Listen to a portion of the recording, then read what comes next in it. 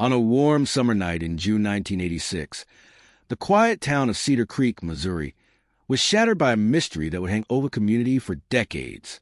At 9:15 p.m., 19-year-old college sophomore Laura Bennett finished her shift at a local grocery store.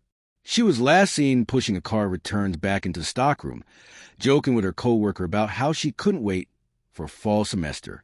Minutes later, she walked her old red pickup in the nearly empty parking lot, waved at a passing acquaintance, and drove off into the humid night. She never made it home. The next morning, Laura's father found her truck abandoned just outside Cedar Creek Park. The driver's side door was cracked open. Her purse lay on the seat, and her shoes were still on the floorboard. The engine had gone cold. But Laura was gone, vanished without a trace.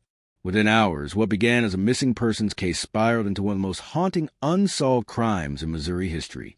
Cedar Creek was a kind of place where people left doors unlocked and neighbors greeted each other by name. Laura's disappearance shattered that illusion. Parents kept their kids indoors. Night joggers abandoned their routes.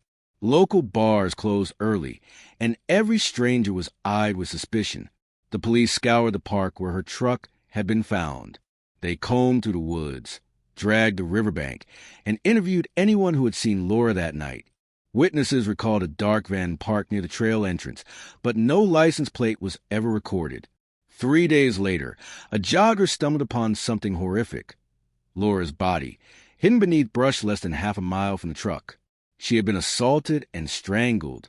On her torn blouse, investigators discovered a single, nearly invisible stain of blood that wasn't hers. In 1986, forensic science wasn't ready to unlock its secret. The blood was bagged, labeled, and filed away, nothing more than another piece of evidence in a case that was quickly going cold. The police chased leads for years. At first, suspicion fell on Laura's boyfriend, a college athlete. He was questioned, polygraphed, and eventually cleared. Then came the drifters, a traveling salesman, a long-haul trucker, a transient seen near the park. All investigated, all dismissed. Detectives leaned on local tips, but Cedar Creek was small. The same rumors kept circling. The van, the stranger in town, the ex-boyfriend. Nothing stuck. By the early 90s, the case had stalled. Detectives admitted privately that they had nothing. Laura's parents, Mark and Diane Bennett, became tireless advocates. They held candlelight vigils, called news stations, and wrote to lawmakers about the importance of DNA testing. But as the years dragged on, hope dimmed. The file on Laura's case grew thick. Interviews, crime scene photos, lab reports. But every few years it ended up back in the cold case room. In 1998, the bloodstain from Laura's blouse was finally tested using early DNA methods. For the first time, investigators had a full genetic profile of an unknown male. But when they ran it through CODIS, the National DNA Database, there was no match. It meant one thing. Whoever killed Laura had never been arrested for a qualifying offense. He was a ghost, hidden in plain sight. Detectives tried again in 2005, then in 2010. Each time, the same result, no match. By then, nearly 25 years had passed since Laura's murder. Her parents were aging, their hair gone gray, but they refused to stop fighting. At every anniversary, Diane repeated the same words to reporters. Science will catch up. One day we'll know his name. That day came in 2021. A newly formed cold case unit in Missouri was reviewing unsolved files when Laura's case surfaced. Unlike so many others, this one had preserved biological evidence. And now, investigators had access to a tool that didn't exist in 1986, or even in 2010, genetic genealogy. The bloodstain was uploaded to a public genealogy database. Weeks later, a hit came back. It wasn't the killer himself, but a second cousin living in Oklahoma. From there, genealogists built a family tree, sifting through decades of marriage records, obituaries, and census data. Slowly, the branches narrowed until all roads led to one man, Richard Coleman, a 61-year-old former truck mechanic who had lived in Cedar Creek in the mid-1980s before quietly moving away. Detectives began surveillance. Richard lived in a quiet suburb outside Kansas City.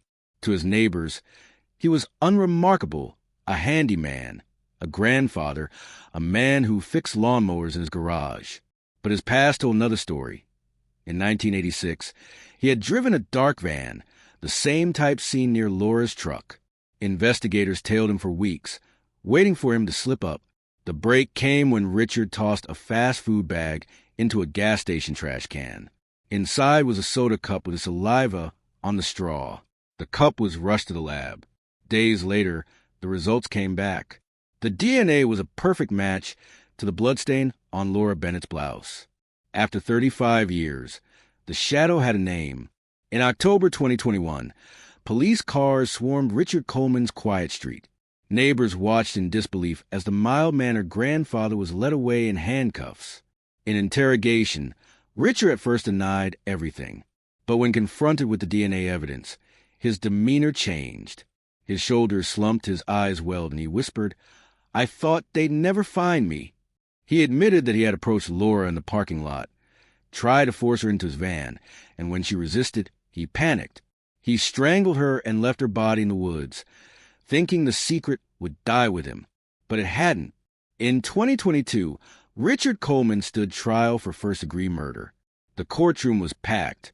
Laura's parents, now in their 70s, sat in the front row, clutching each other's hands. Prosecutors presented the story.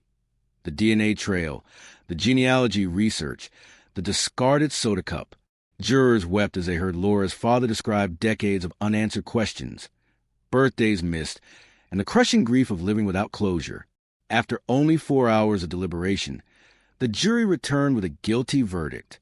Richard Coleman was sentenced to life in prison without parole. For Cedar Creek, the case was more than justice. It was a reminder of how long trauma lingers. Parents who had once been teenagers themselves when Laura vanished brought their own children to the vigil in her memory. Reporters called it one of the most remarkable cold case breakthroughs in Missouri history. For the Bennetts, it was bittersweet. Justice had come, but so late.